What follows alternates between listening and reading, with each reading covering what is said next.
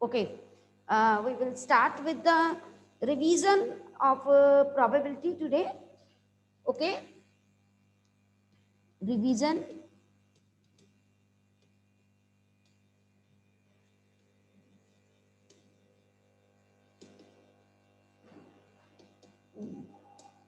बेटा बहुत बेसिक से कॉन्सेप्ट आप लोगों को जो है मैं क्लियर कट यहाँ पर टीच कर रही हूँ. फर्स्ट एक्सरसाइज में you know it very well, सिर्फ सैम्पल स्पेस लिखना आया है ना. अब तो आपने पूरा चैप्टर ऑलरेडी कर लिया, तो सैम्पल स्पेस लिखने में कोई प्रॉब्लम नहीं आती है आप लोगों को. हम लोग जो है बेसिक कॉन्सेप्ट से सीधा जो है जो मीन्स हमारे फॉर्मूले कॉन्सेप्ट यूज होते हैं वहां से स्टार्ट करेंगे. जो पहला कॉन्सेप्ट हमारा मेन जो है वो इसमें स्टार्ट होता है ना, वो क्या है, two events mutually exclusive and two events जो है वो म्यूचुअली एग्जॉस्टिव इवेंट्स जो हैं उनके लिए स्टार्ट होता है. और आपको पता है कि म्यूचुअली एक्सक्लूसिव जो है mutually exclusive events, two events को हम म्यूचुअली एक्सक्लूसिव इवेंट्स कब कहते हैं? जब दोनों की इंटरसेक्शन 5 हो तो दैट मीन्स उनकी प्रोबेबिलिटी क्या हो, 0 के इक्वल.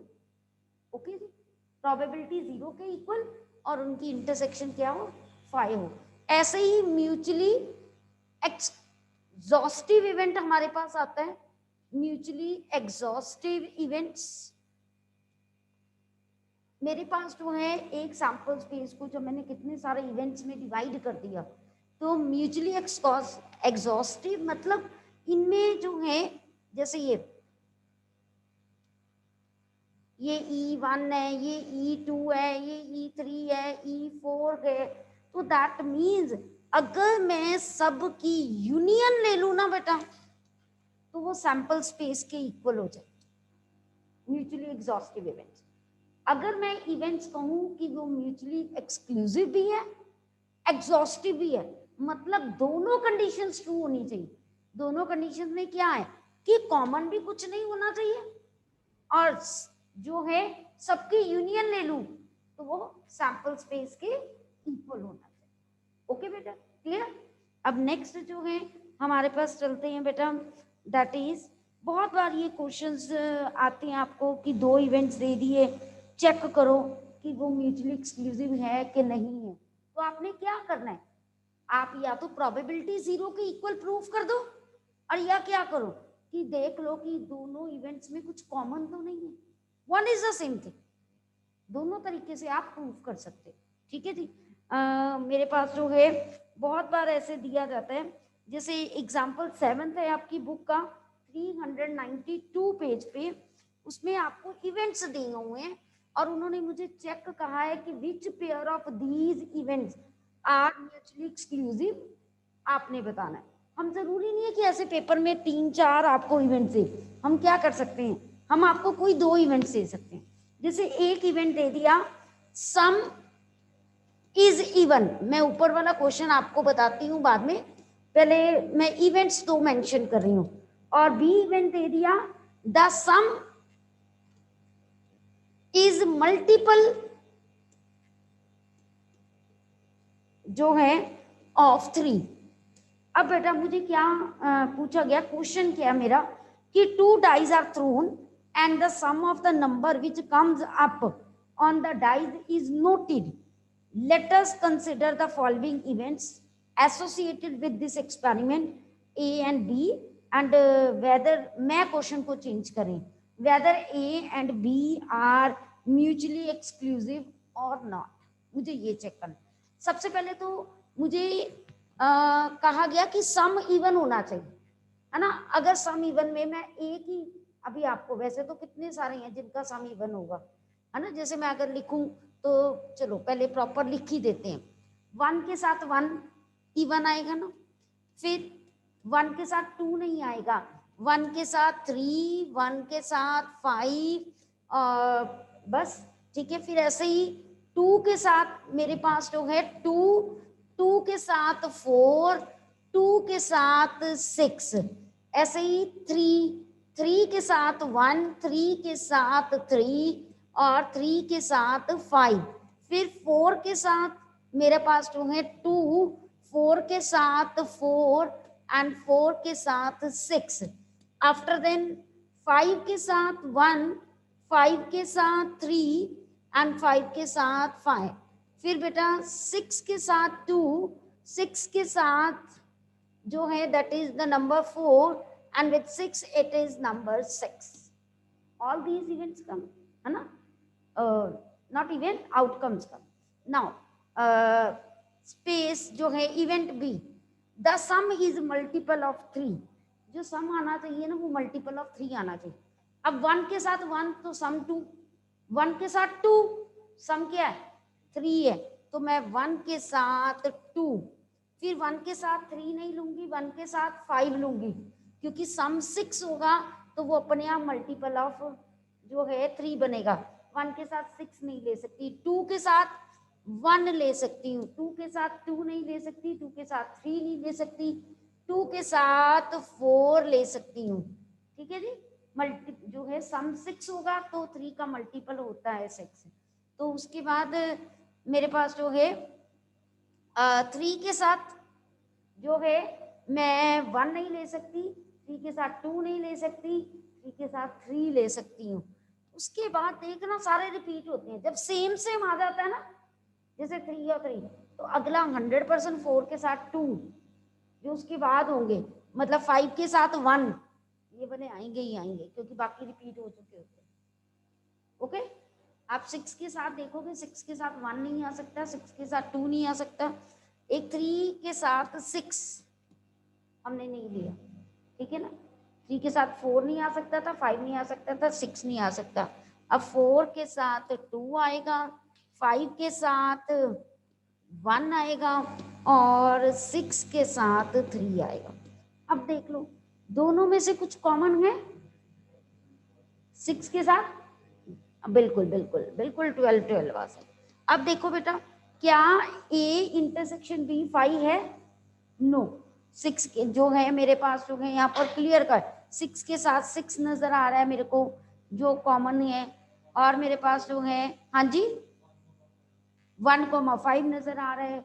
एक भी एलिमेंट कॉमन आ गया मतलब इंटरसेक्शन 5 नहीं है, तो इसका मतलब वो म्यूचुअली एक्सक्लूसिव इवेंट्स नहीं हुए। ये 1 नंबर का क्वेश्चन बनता है इस एक्सरसाइज का। ओके जी, फिर बेटा मेरे पास जो है इस एक्सरसाइज में आप देखोगे ऑलमोस्ट आपको union intersection A but not be उसके बारे में बताया गया। अब मैं सबसे पहले वो चीजें बताने लगी, मैं इसी सेट को लेके ना बेटा इन्हीं दोनों को लेके I am telling you how to do A union B, A intersection B, वो सारी चीजें, जबकि ये पहले बतानी चाहिए थी मुझे, कोई बात नहीं।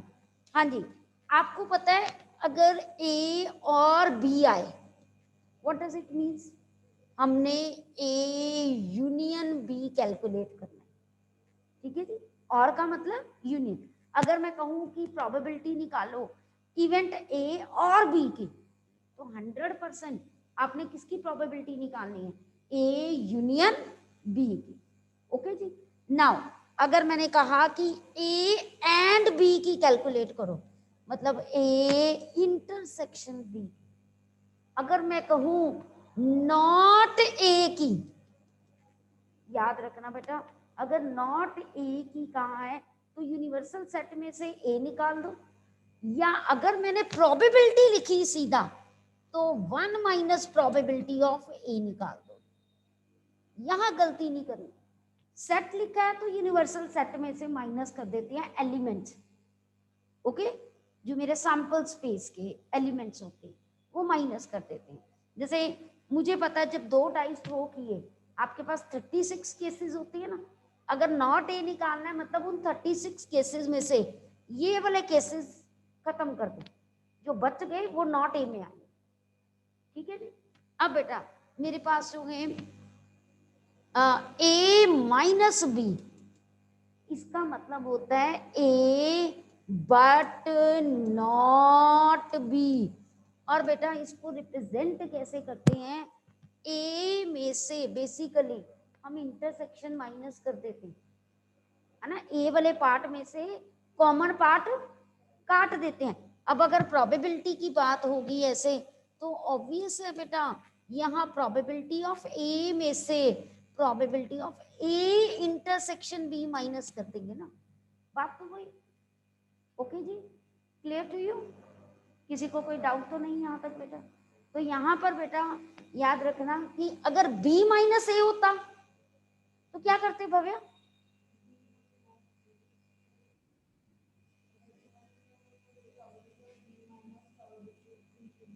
Very good very good. अगर b माइनस ए होता तो हम probability of b minus probability उनकी इंटरसेक्शन की, माइनस इंटरसेक्शन ही होगा, ठीक है जी। और मैंने रे डायग्राम आपको वेन डायग्राम से भी बताया था कि अगर ये a है ये b है, a माइनस b सिर्फ इतना पार्ट होता है और b माइनस a इतना, मतलब b में से इंटरसेक्शन वाला पार्ट नहीं है।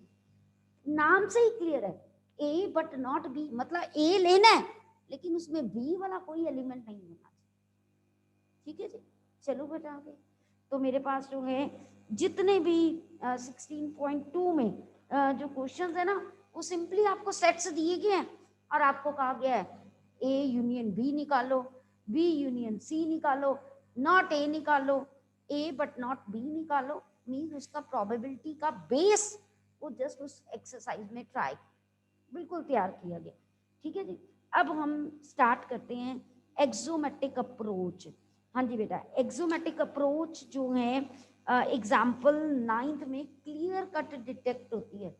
उसने कहा कि अगर एक हम सैंपल स्पेस को अलग अलग इवेंट्स में डिवाइड कर दें तो एक्सोमेट्रिक अप्रोच में हमने ये अज्यूम किया हुआ है कि हर इवेंट की प्रोबेबिलिटी 0 या 0 से बड़ी होनी चाहिए, सारे इवेंट्स की प्रोबेबिलिटी को प्लस कर दें तो आंसर 1 आना चाहिए, ठीक है। ये उसने क्लियर कट हमारी डेफिनेशन में मेंशन किया हुआ। अच्छा, और एक हम चीज कर सकते हैं, अगर मैंने ये प्रूव करना है कि प्रोबेबिलिटी 5 सेट की 0 होती है, मैं क्लियर कट प्रूव कर सकती हूँ प्रोबेबिलिटी किसकी 5 सेट की 0 कैसे मैं प्रूव कर सकती हूँ, मैं आपको प्रूव करके बताती हूँ। देखिए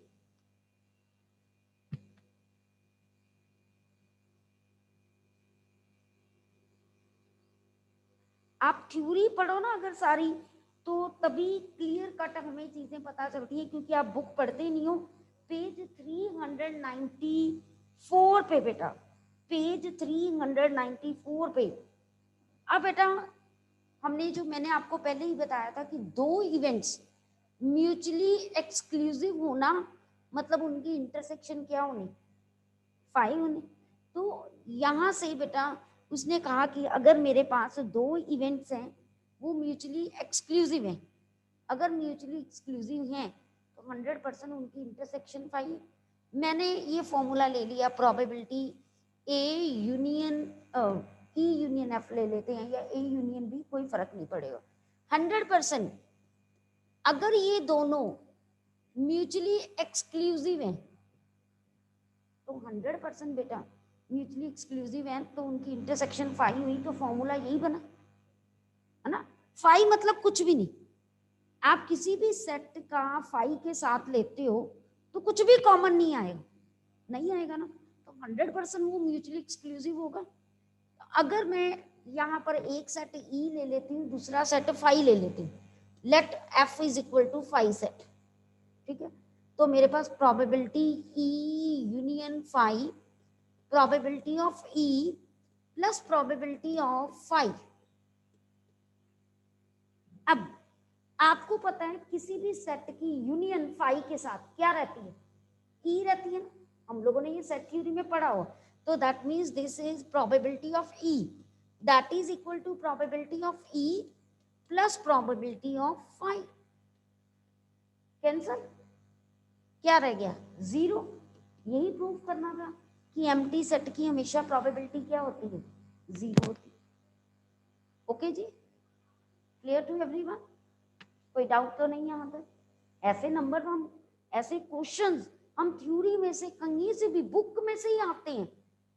मैं आपको क्लियर कट बताऊं, ये जितने बच्चे पेपर्स देते हैं KVS वगैरह के, या वो हमें कहते होते थे कि मैम अगर NCERT हम मतलब क्लियर कट एक एक लाइन पढ़ लेना दोनों +1 +2 की, हम कोई भी पेपर क्लियर कर सकते हैं।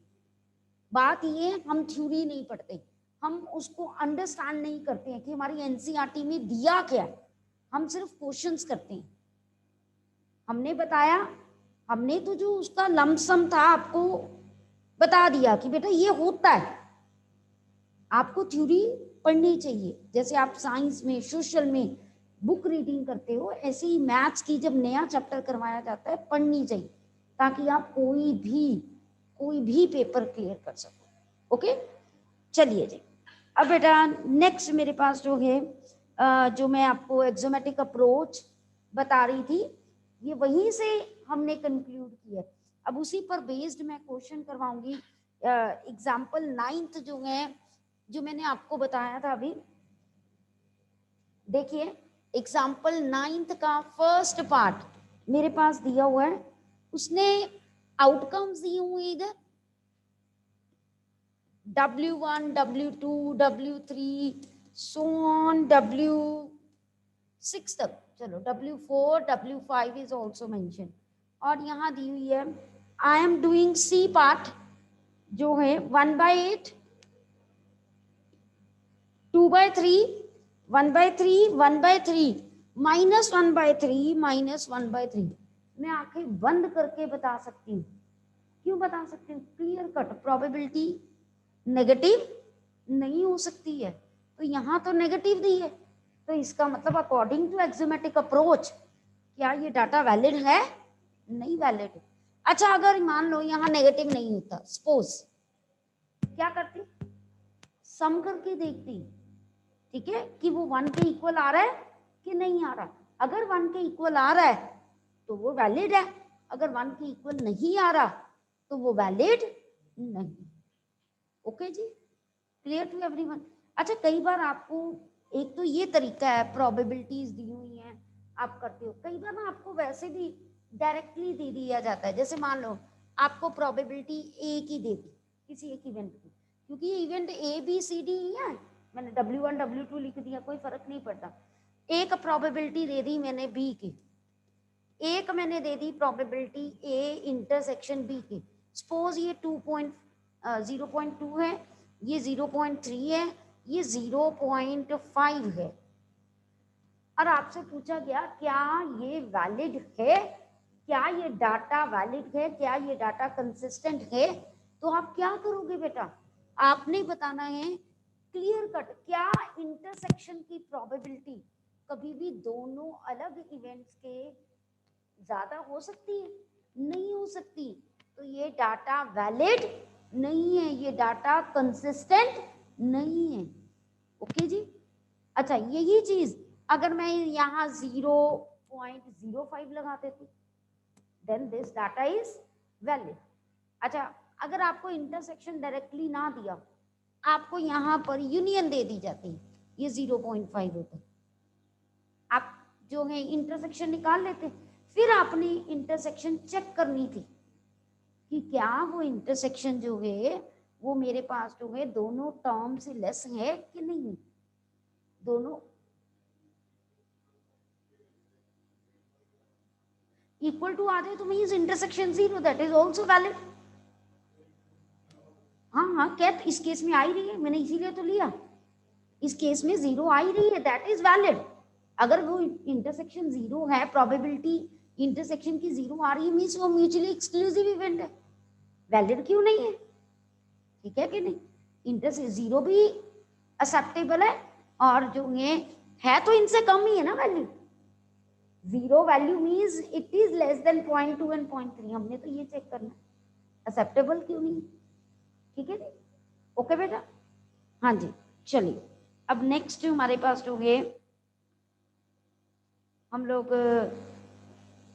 कॉन्सेप्ट करते हैं, क्वेश्चंस करेंगे, क्योंकि ऑलरेडी जो है स्टार्टिंग में मेरे पास जो है मैं एग्जाम्पल आप लोगों को 12th एंड 13th बता रही हूँ, क्योंकि 10th और 11th तो बिल्कुल 10th क्लास का कॉन्सेप्ट है, कार्ड्स हैं, ब्लू कार्ड की प्रोबेबिलिटी बताओ, ब्लैक की बताओ, रेड की बताओ, एस की बताओ, किंग की बताओ. I think you have. Yes Manvia, yes Manvia बेटा, जस्ट वेट. अब बेटा हम लोग को क्वेश्चन करने लगे हैं, that is example 12. Very very important example 12 and 13 है ना. नया कॉन्सेप्ट जो है आपके लिए यहाँ से स्टार्ट होता है, जो हम 10th में बिल्कुल नहीं करके आए, जो अभी हमने यूनियन इंटरसेक्शन वगैरह वाला करवाया. 2 students, Anil and Ashima, appeared in an examination. The probability that Anil will qualify the examination is 0.05. Probability Anil will, that is example 12 on page 402. Anil will qualify the exam. तो मैं अनिल को AN से represent कर रही हूँ, मेरे को easy रहता है उसको समझना. ठीक है, that is 0.05 and Ashima will clear the exam, so that is 0.10. the probability that both will qualify the exam. अब both वर्ड आ गया, मतलब इंटरसेक्शन एंड. ठीक है जी, तो probability that Anil intersection Ashima will clear the exam is 0.02. Now find the probability that both Anil and Ashima will not clear the examination. और एक clear cut आपके सामने क्वेश्चन है, प्रोबेबिलिटी निकालनी है, ना अनिल क्लियर करे ना आशिमा क्लियर करे, है ना. यहाँ अब मैं एक नया कॉन्सेप्ट बताने लगी हूँ, जरा ध्यान से. मीन्स पहले मैं बता चुकी हूँ, रिकॉल करवाने लगी हूँ. क्या कॉन्सेप्ट है, जब भी नॉट को हम कॉमन लेते हैं बाहर, तो बेटा जो इंटरसेक्शन है वो किस में चेंज हो जाती है, यूनियन में. और यूनियन किस में, इंटरसेक्शन में. तो दैट मीन्स कि अगर मुझे इसको क्लियर कट लिखना है तो I can write probability AN union AS, ये नॉट कॉमन ले लिए बाहर. अब इस नॉट को अगर हटाना है तो 1 minus, very good, AN union AS. अब ये निकालने के लिए what I need to evaluate this. Now union कैसे इवैल्यूएट करेंगे हम लोग, फॉर्मूले से ना. हाँ जी, क्या होता है बेटा क्षितिज,